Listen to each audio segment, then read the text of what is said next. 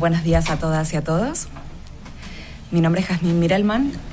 Estoy hoy sustituyendo a Gabriela González, que es la coordinadora del grupo de psicología perinatal del Colegio Oficial de Psicólogos de Madrid. ¿Me escucháis o bajito? ¿Un poco bajito? Tal vez tengo que acercar un poco el micrófono entonces, o desde dentro lo organizan.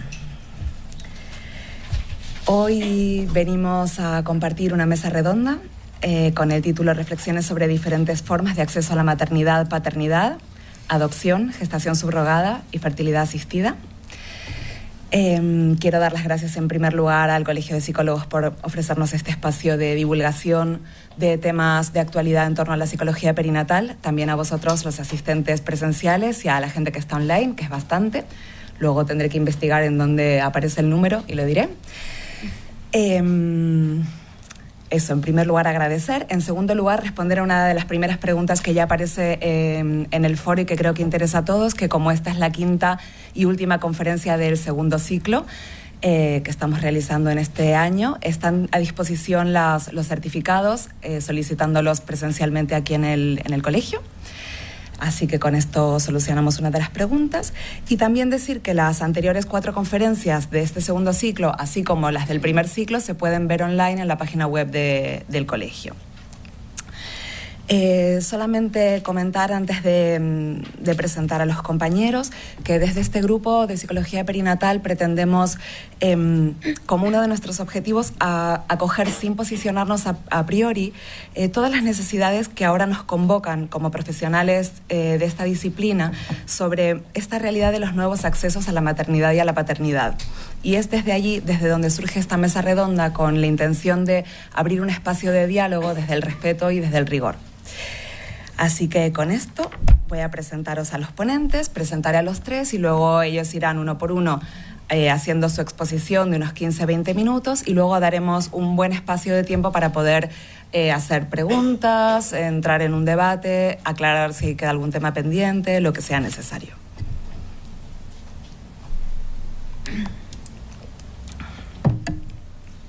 Aquí a mi lado tenemos a Marjorie Gutiérrez. Le agradecemos especialmente su presencia, que no forma parte del grupo de trabajo de psicología perinatal y ha sido un esfuerzo añadido en participar y compartir sus experiencias. Marjorie es psicóloga y psicoanalista, fundadora y facilitadora de talleres en la Asociación Mujer y Madre, en colaboración con una clínica de fertilidad. Es docente e invitado del Máster de Psicoterapia Psicoanalítica de la Universidad Complutense de Madrid y trabaja en su consulta privada en Argensola Psicología y Psicoterapia con niños, adolescentes y adultos. En segundo lugar, va a hablar mi compañero David González. David es licenciado en Psicología con especialidad clínica y de la salud por la Universidad Nacional de Educación a Distancia y máster en infertilidad por la Universidad de Valencia.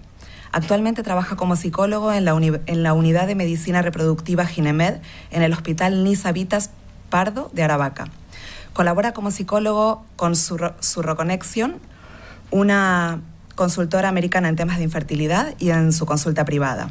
Es socio fundador de la Asociación Son Nuestros Hijos y la Asociación por la Gestación Subrogada en España y forma parte del grupo de trabajo de psicología perinatal del Colegio de Psicólogos de Madrid.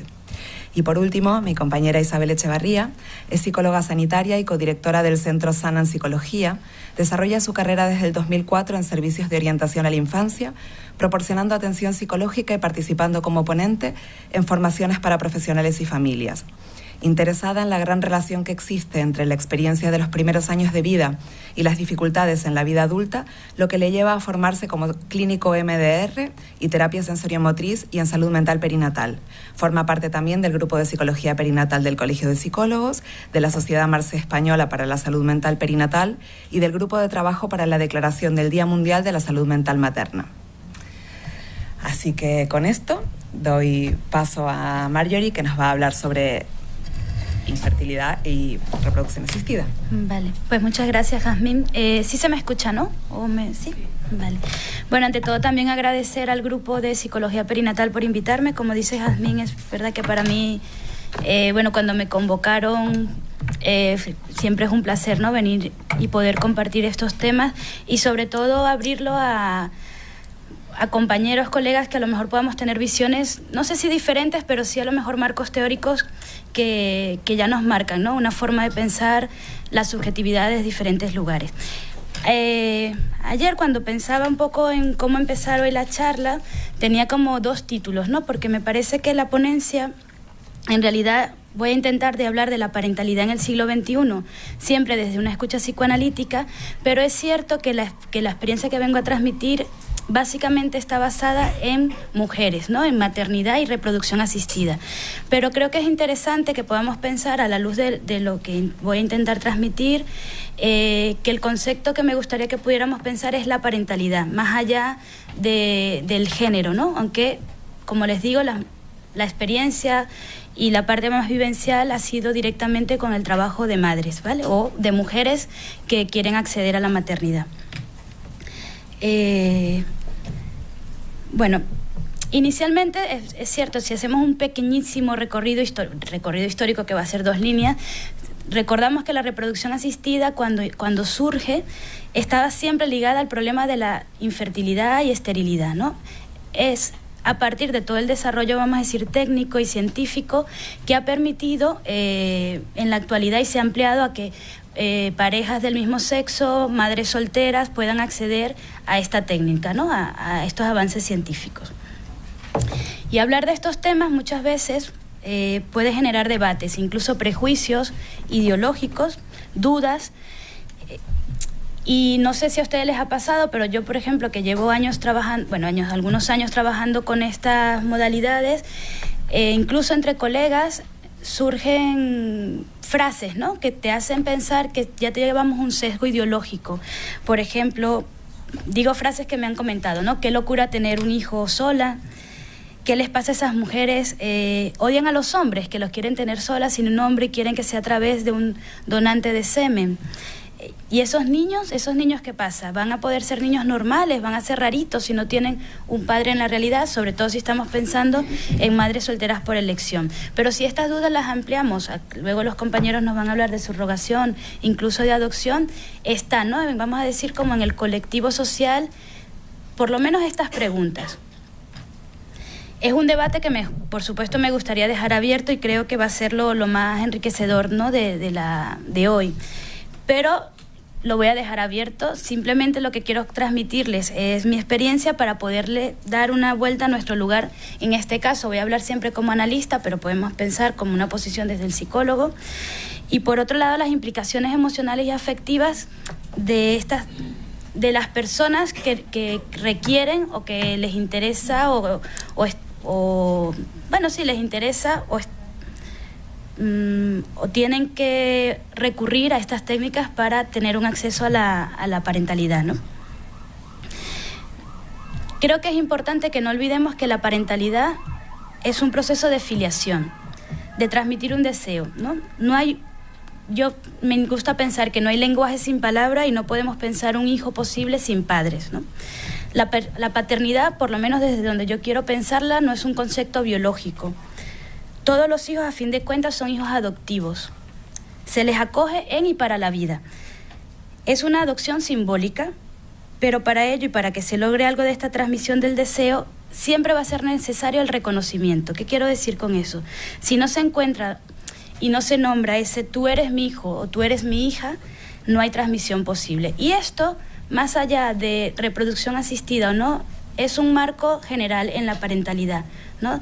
Y poder pensar que los hijos siempre son hijos adoptivos, ahora Isabel nos va a hablar de la adopción en particular, me parece que es un tema importante porque nos marca ya que los hijos no son para uno, ¿no? Son hijos para la vida. Y entonces, más o menos desde ese marco teórico es donde yo les voy a ir transmitiendo mi experiencia. Mi experiencia se basó básicamente hace 8 años más o menos empezamos a colaborar, digo en plural porque empezamos como un equipo a trabajar con una clínica de fertilidad y básicamente nuestra intención fue entender las subjetividades de estas mujeres, ¿no? ¿Qué pasaba y qué les pasa cuando tienen que acceder a estas técnicas, ¿no? Bien sea mujeres, como les decía, mujeres sin pareja, madres lesbianas, incluso parejas en este caso heterosexuales, que a lo mejor tenían que recurrir a la ovodonación, es decir, a la donación de óvulos para poder lograr poder conseguir un hijo, ¿no?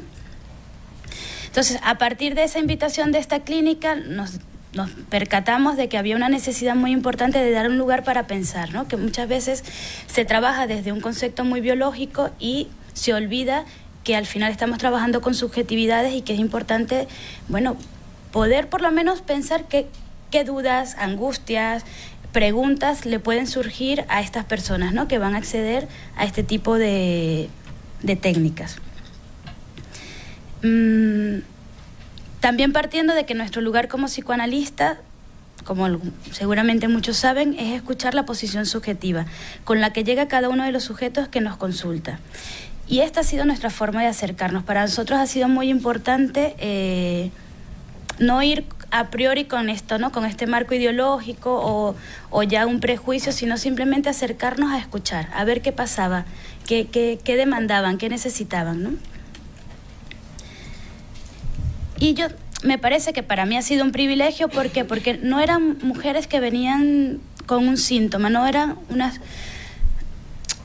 pacientes, es decir, no venían a la consulta privada porque ya tenían un malestar, simplemente era un grupo de mujeres que iban a acceder a un proceso y se les daba un espacio para poder pensar. Y para mí eso ha sido un gran privilegio, porque muchas veces cuando tiramos de la bibliografía, incluso psicoanalítica, no psicoanalítica del tema, ya vemos casos pensados desde el síntoma, ¿no? Ya traen un malestar, una pregunta, y esto es un privilegio porque era una gran población de mujeres donde todavía no había un nudo de sufrimiento, simplemente era acompañarlas en un proceso, ¿no? En un proceso difícil, que no es un proceso fácil, es un proceso que implica muchas veces muchos sentimientos encontrados y ambivalentes, pero sin que se hubiese materializado esto, ¿no? Vamos a decir, sí, un síntoma, ¿no? Para que todos lo entendamos.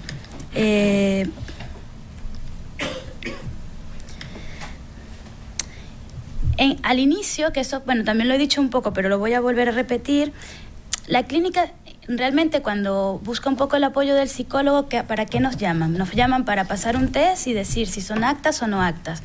Casi llenas un cuestionario donde das un informe y simplemente nuestra labor a veces desgraciadamente queda allí. Afortunadamente en esta clínica se les pudo brindar y aparte de hacer el informe, que sabemos que legalmente es necesario y que es un requisito, que no es que lo vamos a quitar o lo vamos a descartar, pero era poder abrir una posibilidad en los protocolos, ¿no? En estos estándares de test y decir, vale, más allá de saber si es acta o no acta esta persona para acceder a la maternidad, nos interesa saber qué piensa, ¿no? Qué necesita. Y bueno, y así creamos 4 talleres. 4 talleres que nos permitieron poder escuchar, ¿no? Como les decía, diferentes posiciones.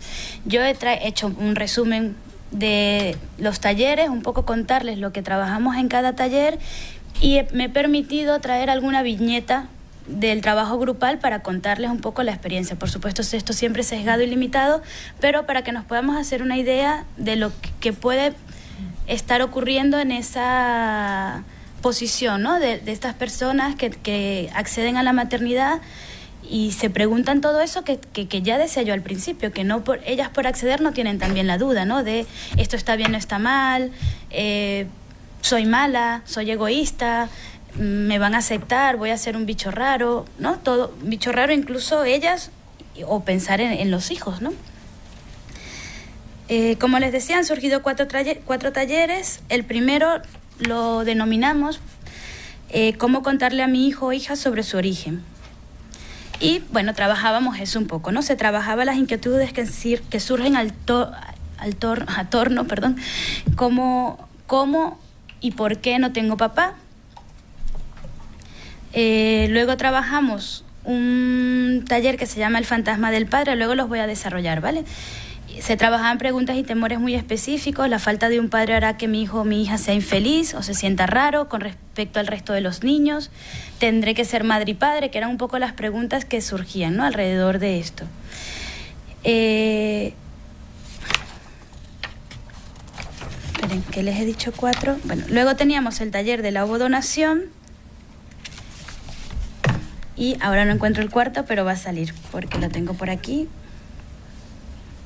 Ah, vale. Y también el de la madre, o sea, tanto el del origen era tanto para la madre, o sea, de cómo se lo digo a mi hijo que no tiene un padre, y también trabajar con los niños, ¿vale? Entonces, bueno, voy a empezar con el primer taller de cómo contarle a mi hijo sobre su origen. Es interesante porque las mujeres venían con preguntas, ¿no? Donde también nos ponen a veces en un lugar donde el psicólogo es el experto que tiene que saber, ¿no? Y cuidado, porque somos, sí, afortunadamente somos expertos, pero el saber no lo está colocado de nuestro lado, ¿no? Es, como diríamos en el psicoanálisis, es un supuesto saber, pero en realidad la verdad y el saber está en nuestros pacientes, ¿no? Entonces, a veces podemos caer en la omnipotencia e incluso a veces en un lugar un poco, a lo mejor, no sé si es cómodo, pero un lugar de creernos que nosotros sabemos cuál es la verdad. Entonces, y nosotros lo que buscamos era siempre salir de eso, no buscar darles recetas ni responder a sus preguntas directamente, sino invitarlas a que ellas que venían a encontrar respuestas y se encontraban con nuestras preguntas, ¿no? ¿Cómo se lo piensan ellas? ¿Cómo se lo cuentan ellas? ¿No? Y a partir de su propia fantasía abrimos el discurso hacia lo imaginario de cada miembro del grupo, intentando que se despliegue que algo de su deseo, de sus temores, de sus ambivalencias, sin obturar, poder captar certezas, que por supuesto las traen, angustias, pero para poder ir transformando esas certezas en preguntas. En uno de los grupos, les cuento una viñeta, una de las participantes, una mujer de 41 años, narraba cómo hacía 4 tenía fecha para casarse y su vestido de novia comprado. Un mes antes de la boda se enteró que su pareja era traficante de drogas. La detuvieron y se separó de él. Lo detuvieron a él, perdón, a ella no, y se separó de él. Pasó varios años intentando reponerse, saliendo con algún chico, pero nada serio ni que le entusiasmase demasiado. Con 38 años no tenía pareja, pero sí sabía que quería ser madre y tener un hijo. Cuando participa ya en el taller, su hijo ya tiene 3 años y cuenta con mucha angustia que la primera palabra que dice su hijo fue papá, papá, y que desde entonces no sabe qué hacer. Mira para arriba, al techo, cuando el niño dice este balbuceo, y yo en ese momento le pregunto, ¿por qué no puede mirarle y normalizar ese balbuceo, ¿no? ¿Qué le pasa con ese papá, papá? Responde que ella no sabría cómo decirle que su madre no tuvo un hombre, que no encontró un padre para él. Traigo esta viñeta para que podamos pensar qué le ocurre a esta mujer, qué le está impidiendo tramitar esto que pone en el hijo como una falta, ¿no? La falta de un padre. Podríamos pensar muchas cosas, ¿no? La falta del hombre es vivida como una evidencia de que es una mujer con una falta, castrada, y desde ahí no puede mostrarle al hijo como una madre en falta, no válida, ¿no? Como que se siente que al no tener un hombre, que ya no pudo darle un padre, ella no es esa madre que tendría que ser. Entonces, está colocada en que, no sé, todo esto son hipótesis, ¿no? En lo que no ha podido dar, ¿no? En eso que no ha podido conseguir, en el tiempo que ha perdido por esperar su pareja, por esperar un mejor momento. Se preocupaba mucho por si ha sido egoísta, porque se ha preocupado mucho, se preocupaba mucho por tener éxito laboral y que hasta a las 38 no lo pudo pensar. Pero si nos damos cuenta al final, si seguimos escuchando cómo cada una ha podido tramitar, o sea, si nos damos cuenta, esta viñeta no es tan diferente en una maternidad, vamos a decir, no sé, del orden más biológico, ¿no? Convencional, sin necesitar la reproducción asistida. Es decir, siempre hay una pregunta cuando uno va a ser madre, si no, no lo digas, Jazmín, que nos preguntamos, ¿no? ¿Soy una buena madre? ¿Lo voy a hacer bien? ¿Esto que voy a dar es suficiente? ¿Con lo que tengo voy a poder construir y educar bien a mi hijo, o estoy en falta, ¿no? Y lo que quiero decir con esto es que al final lo que veníamos escuchando en cada una de estas mujeres es lo que podemos escuchar en cualquier otra maternidad, es que al final la pregunta que siempre nos hacemos es qué hacer, y aquí barro un poco para mi lado de conceptos psicoanalíticos, cómo podemos transmitir la castración y las heridas narcisistas en relación a una temática tan compleja como es la maternidad, ¿no? Pero ahí no sé, les pregunto, ¿no están todas las maternidades también basadas en eso? En una pregunta de, bueno, cómo hacerlo bien y cómo no meter la pata, ¿no? Un poco. La siguiente pregunta para nosotros fue cómo tramitarían los hijos, ¿no? Y ahí fue cuando creamos el taller para los niños. ¿Por qué no tengo papá? Se abrieron grupos de diferentes rangos de edad, entre 4 a 6 años y luego entre 6 a 9 más o menos fue el siguiente grupo de rango de edad. El trabajo grupal se planteó a través del juego, la dramatización y el dibujo, invitándoles a pensar, a jugar y a contar sobre su familia. La metodología en todos los grupos es la misma, un poco. Abrir escenarios, no obturar el discurso y elaborar sobre lo que cada uno significaba en el juego o en el dibujo o la palabra. Vale, muy bien. Un emergente surgió en la boca de un niño de 7 años muy animado, activo y participativo, que dibujó a una madre, un médico y un frasquito lleno de pelotitas. Y me decía, este es el señor donante, lo he dibujado así porque no sé cómo será. Y dice otro, un niño que no había podido dibujar nada. Yo creo que mi madre me miente y ese señor se suicidó. Los demás niños le dicen, ¿tú crees? Yo le pregunto si a él no le gusta hablar de esto. Y me dice que está enfadado. El divertido le dice, yo a veces lo estoy, sobre todo cuando veo a los padres en el parque, pero pienso que mejor así. Solo tengo uno que me regañe. Otra participante del grupo añade, yo a veces también me lo pregunto, pero estoy muy contenta con mi madre. Pero sí que pienso cómo hubiese sido tener un papá. Como vemos, el enfado de uno hace posible que los otros componentes se pongan en contacto con sentimientos y preocupaciones que aparentemente no tenían, a la vez que le dan otras formas posibles de pensarse esta ausencia del padre, ¿no? Cómo lidiar con la ausencia, cómo poder tramitar eso que no han tenido. Cada niño lo hacía como podía. Algunos hemos visto cómo ocupan un lugar subjetivo que les permitía seguir adelante, ¿no? Como nos decía un poco el divertido, él buscaba una salida, ¿no? Así es mejor, no tengo dos que me regañen, ¿no? Sin embargo, otros se quedaban a lo mejor en un lugar más de falta, de enfado, de tristeza, del lado del no tener, ¿no? De los castrados. Pero esta disyuntiva de cómo situarse en relación al falo, vista desde otro prisma, nos las encontramos en niños, en padres biológicos, en las consultas todos los días. O no sé, por lo menos en mi experiencia es así, ¿no?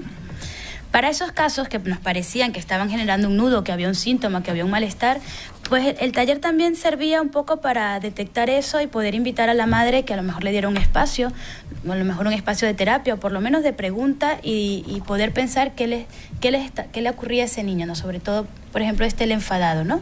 Que no podía tramitar nada o no podía dibujar nada. Bueno, como me quedan 5 minutos, voy a intentar no correr, pero poder terminar con los otros dos, el otro taller que falta. Pero ya nos decía Freud, y esto es muy importante, que el psicoanálisis no es una teoría que pueda predecir. Nuestro trabajo no es predecir. Nuestro trabajo siempre es en après-coup, es decir, es a posteriori. Pero sí podemos pensar, como ya nos decía también Lacan, que nuestra constitución como sujeto lo marca el deseo del otro, el otro con mayúscula, y que la entrada o no del nombre del padre estará dialectilizado por el deseo materno. No hablamos de biología, sino de funciones, y cómo ese deseo hace posible que aún sin padre en una realidad, si la madre tiene bien integrada la ley, la norma, la diferencia, que ese hijo no es solo suyo, no es un apéndice que le pertenece, permitirá que algo de esta ley se instaure, que es lo que nosotros llamamos el nombre del padre, ¿vale? De esta concepción organizamos el último taller que les cuento, que se llamó El fantasma del padre. Suena muy lacaniano, pero en realidad fue a partir de las conversaciones con una madre soltera que en una charla planteaba su temor a que en el árbol genealógico de su hijo, donde tuviera que figurar el padre, quedara un hueco, que se transformara en un fantasma, que perjudicase en un futuro a su hijo a nivel emocional. Este temor era compartido por muchas de ellas. Aparecía en ellas una pregunta que deseaban pensar sobre su maternidad. ¿Cómo no hay padre? Si esa función no existe, ¿tendré que hacer yo esa suplencia? ¿Ser madre y padre a la vez? ¿Serlo todo para mi hijo? Esto fue el primer punto de arranque del taller. Comenzar explicándoles la diferencia entre la figura del padre real y la función paterna. Tratar de dar cuenta de esa función de corte, del tercero, ¿no? Y la verdad, los primeros talleres fueron muy sorprendentes. Enseguida empezábamos a pensar sobre el tercero en función paterna, es decir, emergía en ellas, la necesidad de hablar de su deseo, de legitimarlo fuera del hijo, su deseo como mujer, y la culpa que aparecía en muchas madres por no poder ser todo para los hijos, ni tenerlo todo para ellos, ¿no? Incluía, claro, no haberles dado un padre. Recordamos una participante del grupo que decía: qué tranquilidad pensar y revisar esta idea que tenía sobre que era egoísta, porque a veces la sociedad, la familia, amigos, yo misma, no entendemos que dejes a tu hijo para ir a una fiesta o conocer a una persona. Parece que tiene que ser por algo de vida o muerte, o si no son banalidades. Decía ella: sabéis, sentir que no me moría de pena cuando mi hijo se iba 2 días de camping, sino liberada, me hacía pensarme cruel, mala madre, y que no lo quería como Dios manda. U otra que apuntaba a algo que se repetía mucho en los talleres sobre la omnipotencia materna y la castración. Cuando mi hijo estaba triste, es decir, solían pensar que si el hijo estaba triste o tenía algún problema, inmediatamente lo relacionaban con que era por culpa de no tener un padre, ¿no? Como si los hijos con padre y madre biológico nos van a sentirse tristes, frustrados o con problemas, ¿no? Por otro lado, aparecían mujeres en el taller con dificultades para hacer ese corte con el hijo. No vamos a decir que también todo era color de rosa. Por supuesto, encontramos una gran variedad de problemáticas. Y en algún caso parecía que el propio acceso a la maternidad en solitario estaba siendo vivido como una herida narcisista por no haber sido amadas por un hombre. Pero más o menos todo esto que les traigo, y para ir resumiendo, insisto,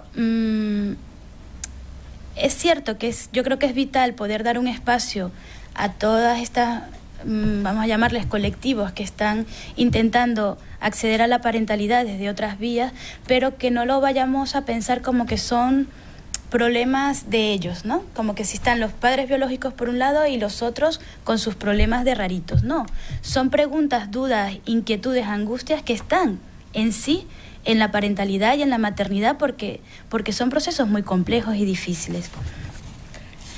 Venga, ya termino.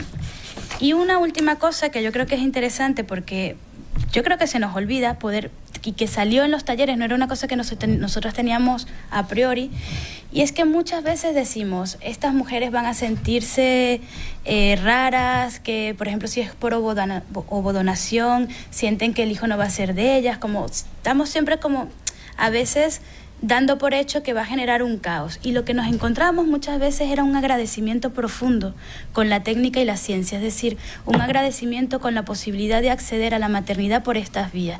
Y creo que eso no lo podemos perder de vista, ¿no? Que sí, son nuevas formas que nos permiten a cumplir un deseo, y un deseo que está basado en el amor, y que creo que a veces con todo este revuelo y a veces, como decía Jazmín, que puede crear un debate ideológico, se nos olvida que a fin de cuentas estamos posibilitando una transmisión de un deseo y una posible parentalidad. Y bueno, lo dejo hasta aquí, que ya creo que me he saltado unos minutos, ¿no? Muchas gracias. Muchas gracias. Nada.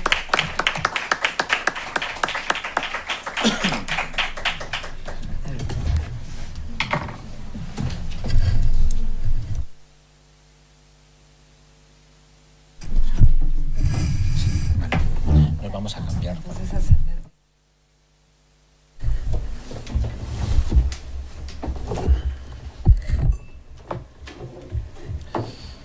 Buenos días a todos.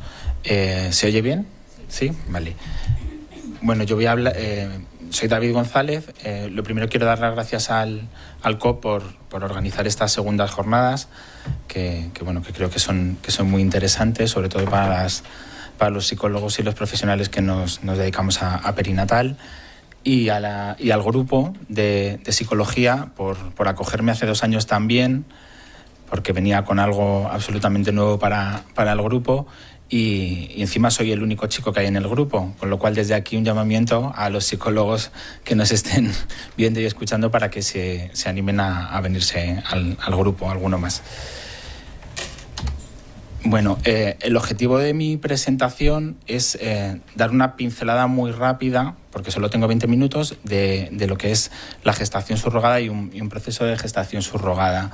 Y para ello, bueno, pues primero os definiré qué es la gestación subrogada, luego hablaré de filiación intencional, ¿vale? que es el concepto base sobre el que se asienta la gestación subrogada en cuanto a filiación y a paternidad y maternidad. Haré una distinción entre gestación y maternidad y paternidad, hablaré del proceso en sí y luego una cosa que creo que es muy interesante para los psicólogos, que es cómo se hace esa evaluación o cómo es la evaluación tanto de las mujeres gestantes como de los padres de intención. Y luego, bueno, pues unas conclusiones. No sé si me dará tiempo a todo, voy a intentar hablar bastante rápido. ¿Qué es la gestación subrogada? Un tema polémico ahora mismo también. Bueno, pues la gestación subrogada, según la Organización Mundial de la Salud, que encarga en el 2009 un glosario para definir y tener un acuerdo en cuanto a la definición de las técnicas, de los distintos conceptos utilizados en técnicas de reproducción asistida, pues la Organización Mundial de la Salud, de ese glosario encargado a un grupo de expertos en el 2009, llega a unas conclusiones y en esas conclusiones define técnicas de reproducción asistida y dentro de las técnicas, ¿vale?, habla de gestational surrogacy o subrogación y también define gestational carrier o surrogate, ¿vale?, que es la mujer que lleva a cabo un embarazo para unos padres de intención.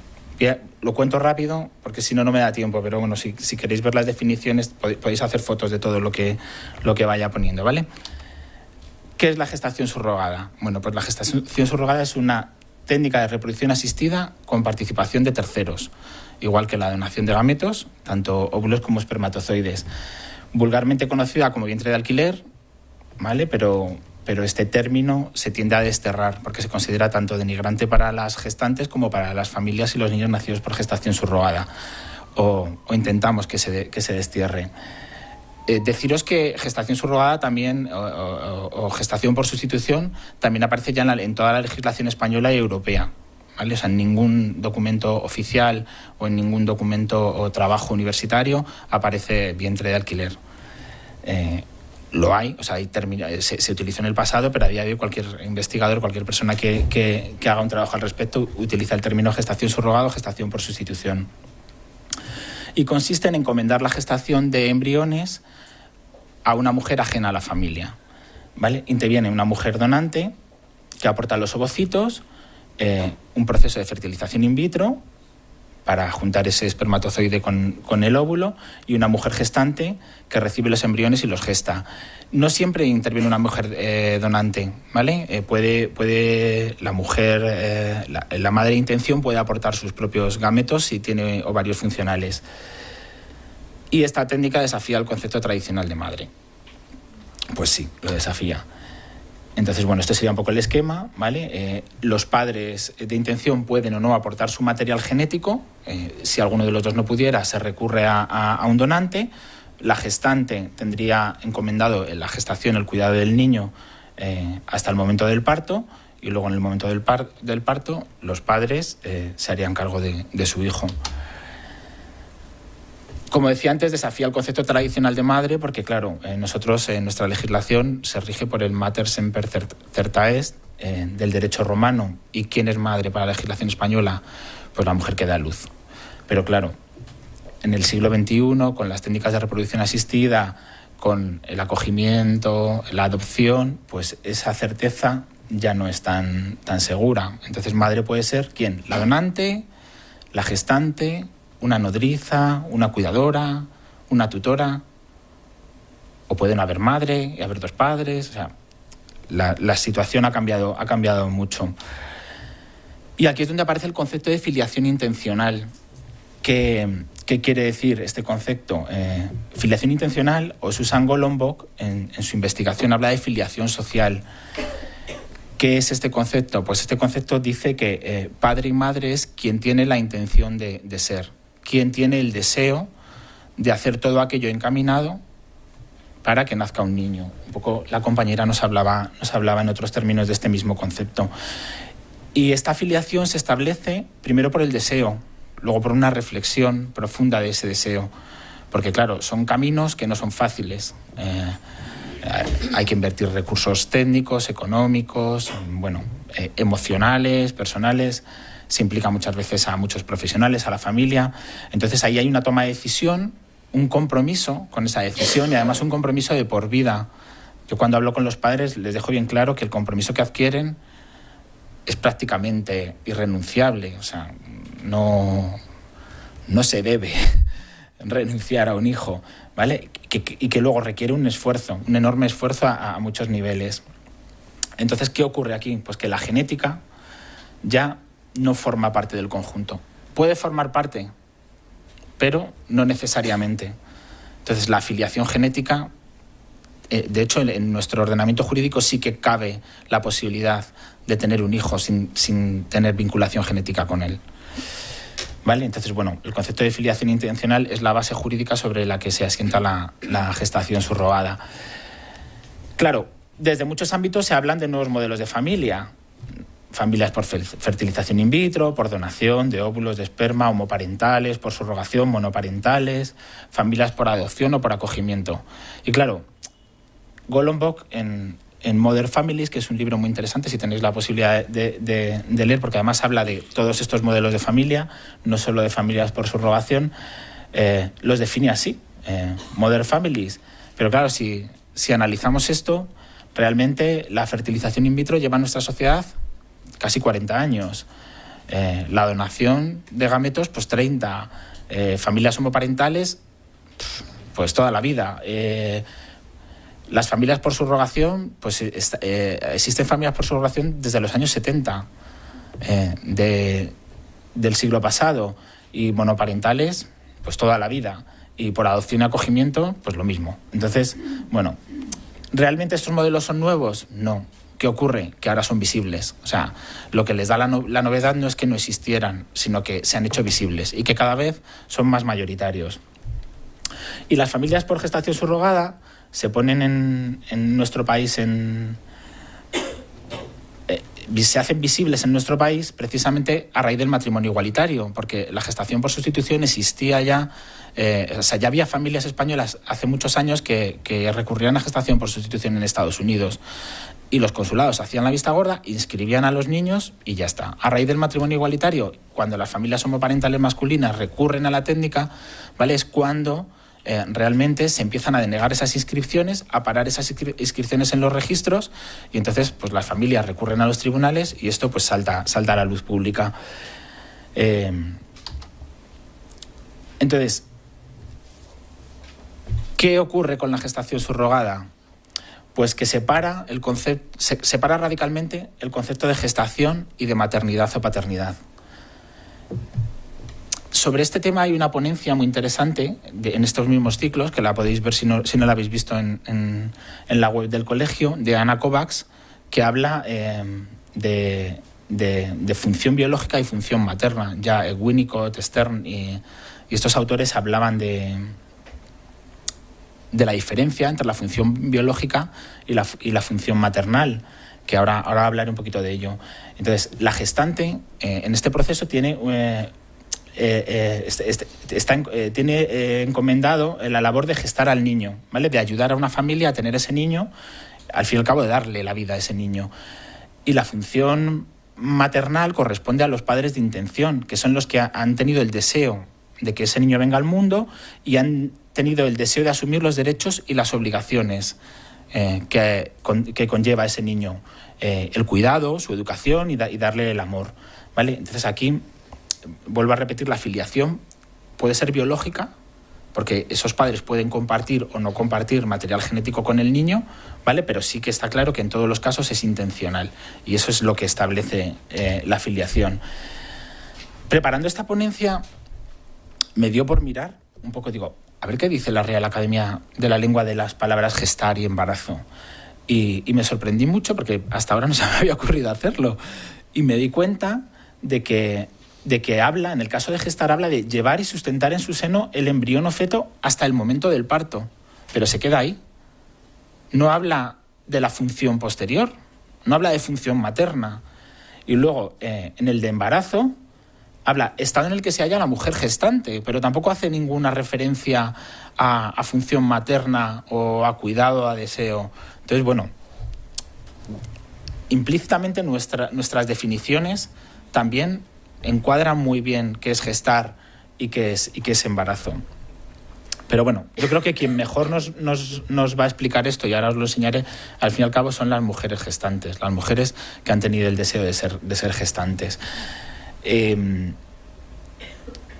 La diferencia de la que nos hablaba Ana en su ponencia entre maternidad y maternaje, Ana nos contaba que maternidad, ¿vale?, es el proceso biológico y el maternaje sería el proceso psicológico de construcción de la identidad como madre. Entonces podemos suponer que en el caso de la gestación subrogada, la gestante lleva a cabo ese proceso biológico, pero no se construye como tal. Como nos contaban, no se idea, ni se piensa, ni se imagina cuidando de ese niño, viéndole crecer, realizando esa función materna que distintos autores ya, como he hablado, han hecho, entre ellos, Recamier, que dice que maternaje es el conjunto de procesos psicoafectivos que se desarrollan e integran en la mujer en ocasión de su maternidad. Y dice que implica un plus al hecho biológico y requiere deseo de amor, de cuidados, de valoración, de atención, de compromiso, de dedicación, de entrega y de ilusión. Y luego, hoy Berman dice que ser madre en la especie humana excede al hecho biológico y tiene un significado a nivel social, cultural, histórico y psicológico. Vale, esto, este tío nos cuenta esto, pero luego escuchamos a las gestantes y van un poco en esta línea. Ellas no se han construido como madres, sí como gestantes, como cuidadoras de ese niño, pero no como madres. Entonces, esto está todo en internet, ¿eh? Tenéis muchísimos vídeos de gestantes que cuentan su experiencia. Yo he cogido 3 porque la ponencia no me va a dar para más, pero bueno, podéis ver muchos más. Sam cuenta: disfruté de la experiencia. Sabía que no quería tener más hijos propios, pero sentía que quería volver a estar embarazada. Lo investigué mucho y decidí que quería ayudar a una familia a convertirse en familia para que pudiera tener el mismo regalo que tengo yo, ser madre. Tabita dice: cumplí mi deseo de ayudar a construir una familia. Sobre lo que saco de esto, no lo hago por dinero para nada. Probablemente gano más dinero que la gente para la que estoy gestando. Creo de corazón que serán padres excelentes. Tardé mucho en seleccionar mis padres de intención y nunca fue por dinero o por ganar algo. No tengo esta necesidad emocional que una madre tiene cuando está gestando a su hijo. Entonces no creo que vaya a tener esa desconexión emocional con el bebé. Estoy más ligada emocionalmente con la idea de ver a mis padres de intención ser padres. Preocuparte por el bebé hace que te preocupes por ti misma, pero no en sentido maternal, en el sentido que me preocuparía por mis sobrinos o por el hijo de otra persona que esté a mi cuidado. Supongo que es como ser una niñera extrema. Y bueno, Chantel decía: soy una gestante orgullosa. El bebé que voluntariamente engendré y parí nunca fue mío. Decidí ser gestante, elegí con qué agencia hacerlo, decidí para quién quería gestar el bebé. Nunca fui pagada, no me dieron regalos excesivos. Quiero decir que esta última gestante... las 2 primeras son de Estados Unidos, esta última es de Canadá, ¿vale? En Canadá la gestación subrogada es altruista. Las gestantes no pueden recibir ningún tipo de compensación. Entonces, con todo lo que os he contado, sí que quiero que tengáis clara la idea de que la gestación subrogada no es en sí solo una técnica de reproducción asistida. O sea, utiliza una técnica de reproducción asistida, ¿vale? Para conseguir que la familia y la gestante, que la familia tenga un hijo y la gestante quede embarazada. Es un proceso.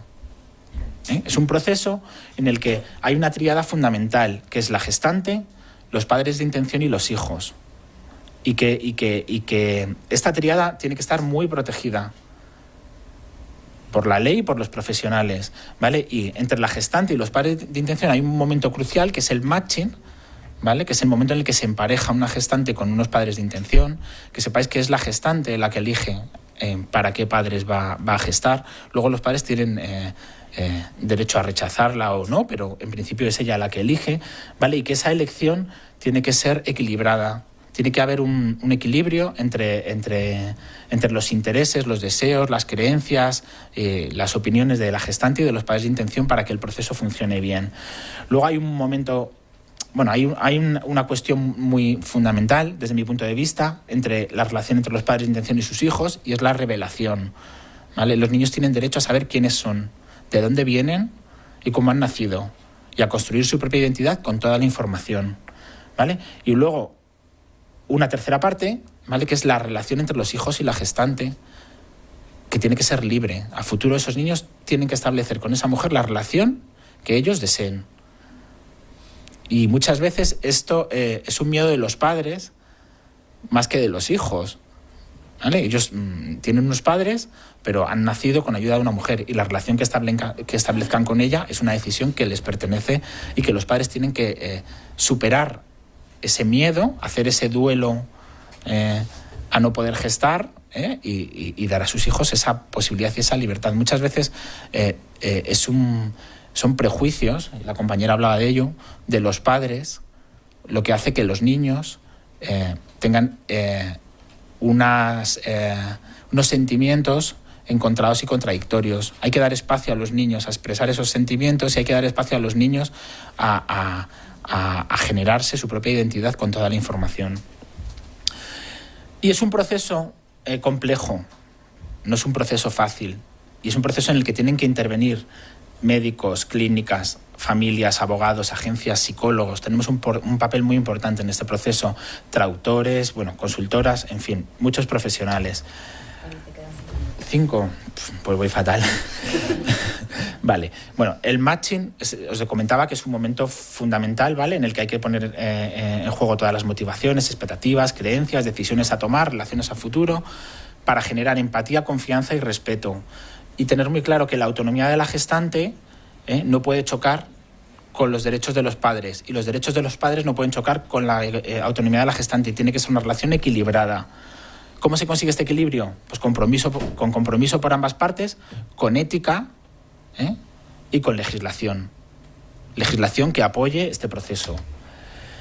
Bueno, el perfil de las mujeres gestantes, hay un trabajo de Blind y de Van der Acker que habla de mujeres empáticas, altruistas, cooperativas, sensibles y con conciencia plena, ¿vale? Motivación es ayudar, dar el regalo de la vida, disfrutar con el embarazo, no económica, pero es verdad que consideran que su esfuerzo tiene que ser recompensado. Muchas de ellas consideran que su esfuerzo tiene que ser recompensado. Les aporta sensación de hacer algo importante, autoconfianza, autoestima, lo que veis ahí. Y luego deciros que la Sociedad Americana de Medicina Reproductiva, la SRM, establece criterios muy estrictos, ¿vale?, para poder ser gestante. Primero, las recomendaciones es tener entre 21 y 45 años, hijos propios, embarazos propios sin complicaciones, contar con apoyo familiar, familia estable y estructurada, evaluación psicológica tanto a nivel cognitivo como emocional, llevar una vida saludable, evaluación médica y no haber tenido más de 5 embarazos previos o 3 cesáreas. Vale. Os voy a contar un poco muy rápido, ¿vale? La evaluación psicológica de la gestante y de los padres de intención, lo que implica, los criterios de aplicación de los que hablábamos, ¿vale? Lo primero es consentimiento informado para la evaluación psicológica, ¿vale?, que hay que tener tanto de la gestante como de los padres de intención. Asesoramiento a la mujer gestante antes de serlo.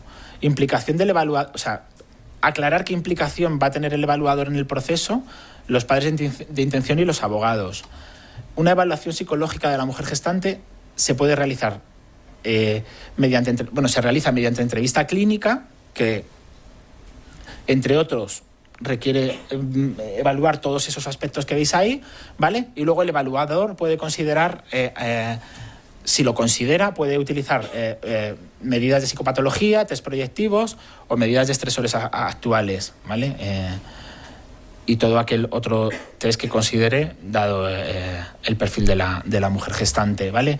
Criterios de rechazo hay muchísimos, no os voy a decir todos, pero test psicológicos fuera de la normalidad, incapacidad cognitiva y emocional, apoyo insuficiente por la pareja, estilo de vida caótico, que no cumpla los requisitos previos de tal. Si queréis hacer fotos, si no os lo paso luego, ¿vale? Repetir, conocer y no tener hijos. Bueno, si una gestante quiere repetir, como gestante tiene que hacer una evaluación adicional y hay que investigar por qué quiere repetir el proceso. ¿Vale? Si conoce a la familia, también. Y hay que estudiar muy bien cómo es la relación entre esa gestante y esa familia. ¿Vale? Y si no tiene hijos, si no tiene hijos previos, no debe de ser gestante. Una mujer que sea gestante tiene que haber pasado por la experiencia de la maternidad, saber qué es ser madre, saber qué es un embarazo, un parto. También hay que evaluar y ver el entorno de la familia de la gestante y los miembros que forman la familia. Hay que aclarar el tema de la compensación de la gestante, ¿vale? Que siempre tiene que estar dentro de los rangos establecidos por la ley. Hay que hacer una evaluación psicológica a los padres de intención, que también tiene que ser exhaustiva. Y ojo, esta evaluación no es una evaluación de idoneidad, como en adopción, ¿vale? En reproducción asistida no hay que hacer evaluación de idoneidad.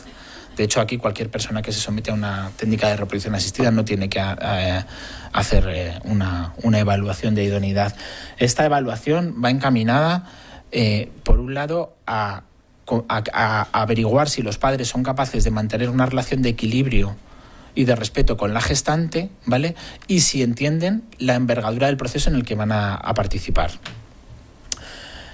El asesoramiento previo de los padres de intención, el matching entre la mujer gestante y los padres de intención, ¿vale? Ahí tenemos que estar como profesionales también, y el asesoramiento a los padres de intención y a la mujer gestante durante todo el proceso.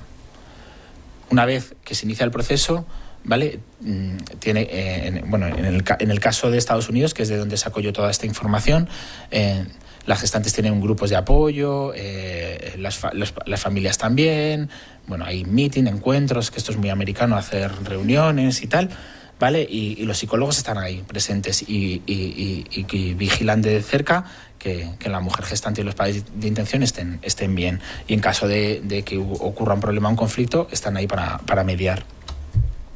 Entonces, la gestación subrogada, como técnica de reproducción asistida que es, ¿vale? ¿Qué dificultades entraña? Bueno, pues cualquier técnica, como comentaba la compañera, las familias tienen que soportar la presión de ciclos fallidos, abortos de repetición, pérdidas perinatales, niños prematuros, enormes gastos económicos.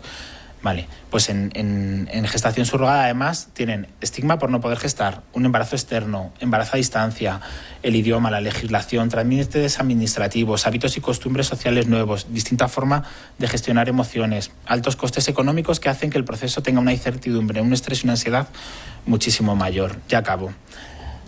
No queda nada, ¿no? Ya estoy fuera. Bueno, la última. Esto no os lo cuento, ¿vale?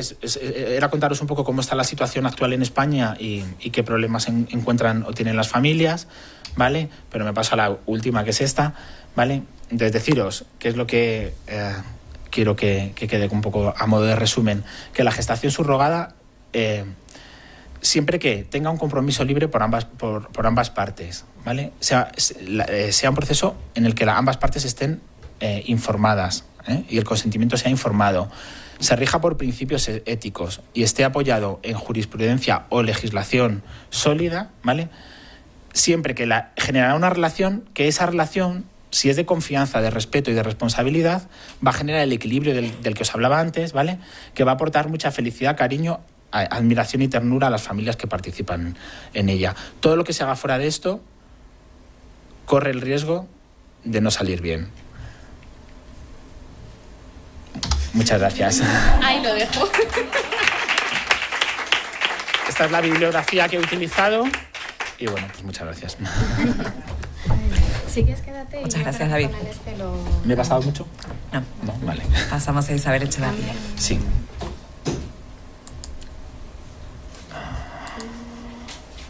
Vale, pues vete a la 1. Por...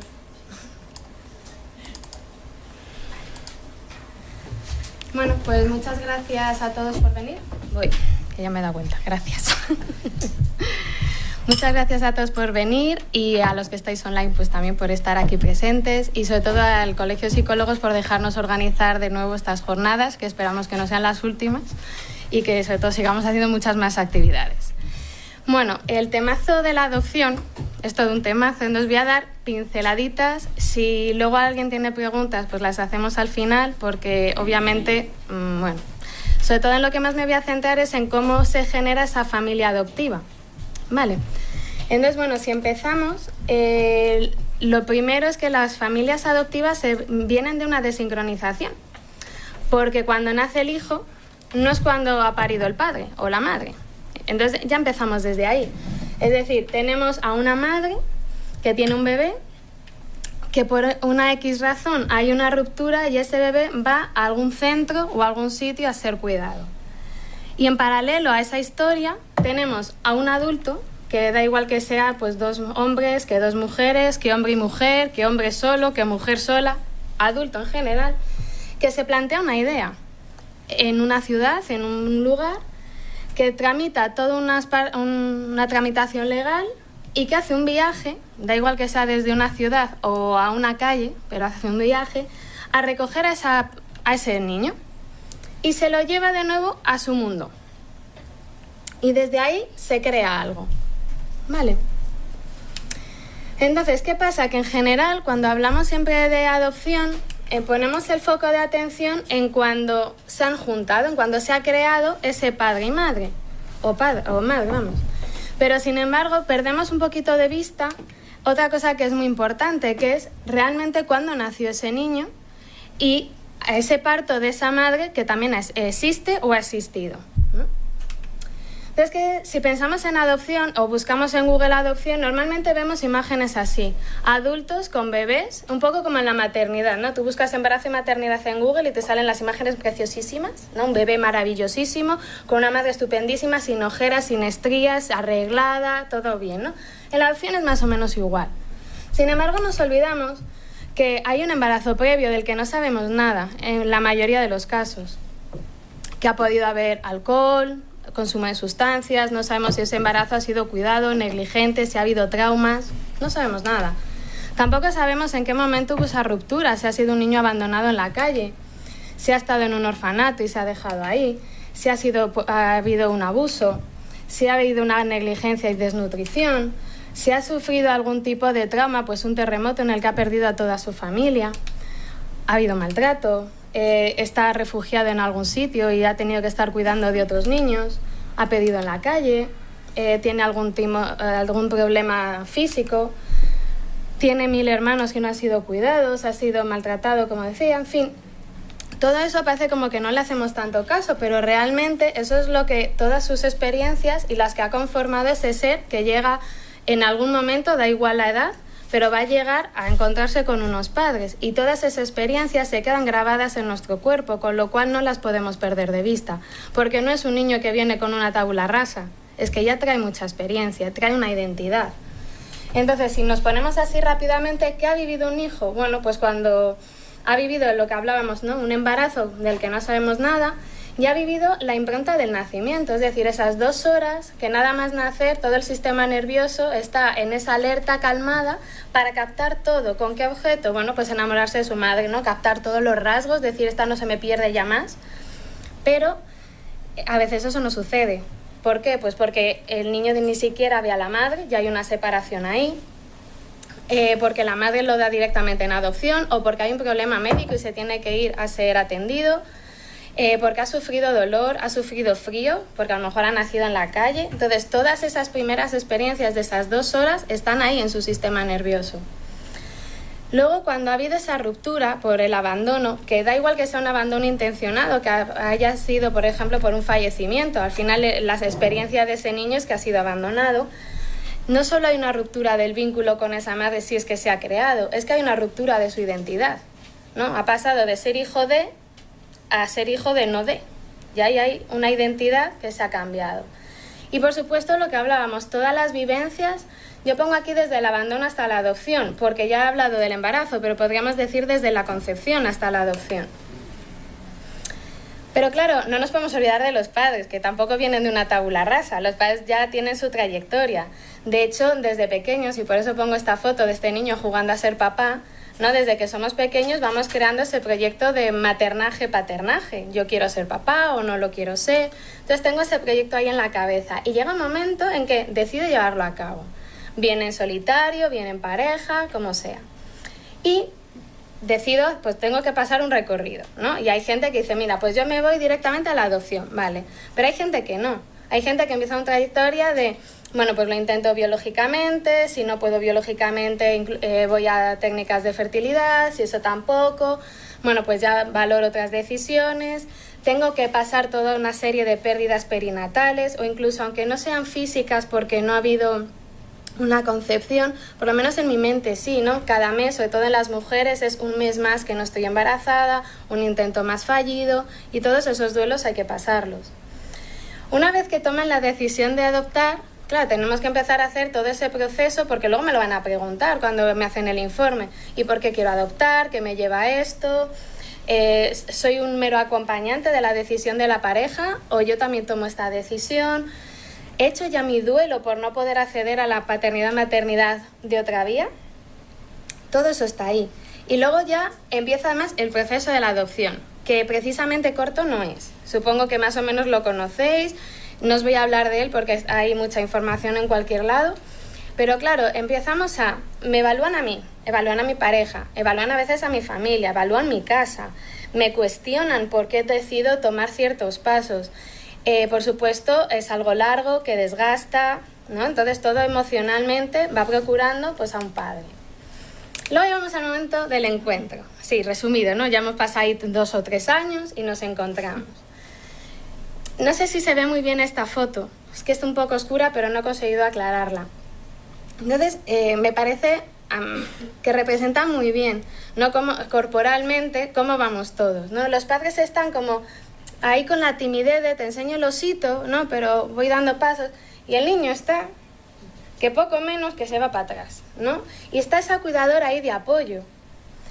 Entonces, me gustaría que os quedarais como con esta sensación, no sé qué os transmite la imagen, a mí me llega sobre todo la parte del niño, ¿no? Mirando hacia abajo, no lo tiene como muy claro. Y claro, si pensamos en qué es la vinculación, y pensáis, me da igual que sea una vinculación sexual, ¿no? Entre adultos, que una vinculación relacional entre amigos, que de pareja, todos necesitamos una seguridad y como unas ganas, ¿no? Una confianza de que esto a mí me da para abrirme. Porque si no, no hay una relación. Es verdad que todos partimos de una desconfianza, no te conozco, ¿no? Y poquito a poco la vamos creando. Pero si tú no me das la mínima seguridad para yo abrirme, no me voy a abrir. Entonces, ¿qué pasa? Que si yo no me puedo mostrar mi vulnerabilidad porque siento miedo, porque siento incertidumbre, van a salir todos los mecanismos de defensa que yo he aprendido. Pues me voy a bloquear, voy a empezar a tartamudear, voy a crear mis máscaras, ¿no? De todo va bien, ¿no? Todo qué guay, pero por dentro estoy fatal. Bueno, pues todo eso sale ahí. Entonces, ¿qué pasa? Que, claro, a mí lo del parto materno-paterno a mí me gusta porque es verdad, es como que los padres llegan, ¿no? Con toda esa ilusión de por fin. Ya le tengo aquí, ya le veo, ya le puedo achuchar, ya puedo hacer no sé qué. Y entonces vienen como muy predispuestos a vincular. Por supuesto, también llevan miedos, llevan expectativas y demás, pero no olvidemos que son adultos y que se supone que tienen, o presuponemos todos, que tenemos ciertas habilidades y herramientas para poder gestionar eso. Obviamente a diferentes niveles y hay días mejores y peores, pero en general las llevamos. Pero claro, el hijo, ¿qué pasa? Porque no nace, pero para esos padres sí que están naciendo, ¿no? Es como un renacimiento un poco, bueno, medio qué. Además, él vuelve a vivir un nuevo cambio. Si lo pensamos en un bebé de meses, pues bueno, va a cambiar, porque si ha estado en un hospital allí en la maternidad, pues cambia a una casa. Si ya ha estado en una casa de acogida o en un orfanato, cambia con otros padres. Es decir, hay un nuevo cambio y aquí de nuevo se instaura una nueva identidad.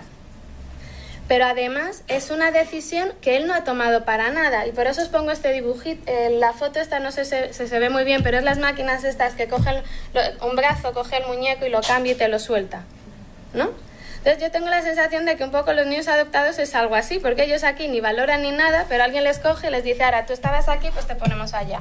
¿Y por qué? Pues no sé, porque alguien decidió que era idóneo para esa familia, pero tampoco, no hay muy bien un protocolo de cómo, cuándo y por qué. Entonces, ¿qué pasa? Que, claro, vienen con otras emociones. Para ellos no es un por fin, qué guay, ya empezamos algo diferente. Es otro cambio más, ¿hasta cuándo? ¿Quiénes son estos? ¿No? Hay más miedo, más incertidumbre. Entonces, el hijo llega a esta nueva ciudad, a este nuevo país y tiene un montón de cosas por hacer. Se tiene que adaptar a un nuevo hogar, que ese hogar incluye pues un vocabulario, unas rutinas, todas las tradiciones familiares, pero es que además todo eso está incluido dentro de un contexto cultural del país o de la ciudad a la que se muda. Porque claro, los olores cambian, las comidas cambian, ¿no? De aquí, si fuéramos a comer a casa de cada uno, la tortilla de patata en cada casa es diferente. Y hablamos de una tortilla de patata, imaginaos si venimos de otras comidas completamente diferentes o que yo solo he estado comiendo arroz toda mi vida y ahora de repente me empiezan a meter aquí otras cosas que digo, no, ¿esto qué es? ¿No? Luego se tiene que adaptar ya no solo a esas rutinas, sino a esas personas, a esos nuevos progenitores, porque el objetivo es que al final se cree una relación tal que sean una base y un refugio seguro para ese niño o niña. Y eso, bueno, pues lleva su proceso y su tiempo. Tiene que conocer su entorno, y el entorno es todo. Es la casa, es el edificio, es sus vecinos, es la familia, los conocidos, el barrio, orientarse en ese barrio. Mi casa está para allá o para acá. Gestionar todas las secuelas de su historia previa, físicas y emocionales. Pero no solo eso, sino también las diferencias de vida. Es decir, a lo mejor hay diferencias raciales, o no, pero puede haberlas. Pero también están todas esas diferencias, pues yo soy tengo una familia monoparental y entonces no mola mucho en el día del padre, ¿no? O sea, cuando están haciendo todos los dibujos a papá, pues que yo no tengo un papá al que hacerle el dibujito. Y eso hay que gestionarlo y me lo tengo que producir. O es una familia homoparental y yo me hago la pregunta, ¿no? Que antes comentaban mucho de, bueno, ¿y yo por qué tengo dos papás o dos mamás o no tengo? Entonces, como bien decían los compañeros, a todo eso hay que darle espacio porque está ahí. Y luego el desconocimiento de sus orígenes, que es el temazo. El padre, por supuesto, no es que haga su vida y ya está. Tiene que hacer un montón de cosas. Bueno, una cosa que sí que es muy importante y algo que tienen los padres como que asumir es que los padres son padres gracias al dolor y al abandono de este niño. Hay mucha costumbre, y si oís por la calle, no, ¡ay, qué suerte has tenido de tener una familia adoptiva! Es que gracias a tus padres adoptivos, bueno, si el niño se siente agradecido, genial, y es fantástico y maravilloso que todos sintamos gratitud por lo que tenemos. Ojo, no olvidemos que viene de una situación de sufrimiento y que por eso estos padres han sido padres. Y esa perspectiva es importante porque muchas veces se nos va. Luego, además, estos padres tienen que ajustar las expectativas de eso del maternaje, ¿no?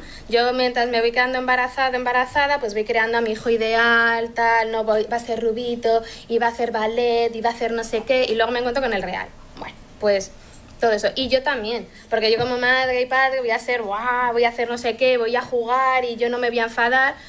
Bueno, pues bienvenido a la realidad, ¿no? Bajémonos a la tierra. Luego también hay un proceso importante y es que si yo estoy solo, pues yo hago mi Juan Palomo, yo me gestiono mis emociones y tal. Si estoy en pareja, pues bueno, más o menos ya estoy acostumbrado a compartir emociones, pero es que entra alguien más ahí y tengo que compartir también mis emociones con él y eso a veces no es fácil.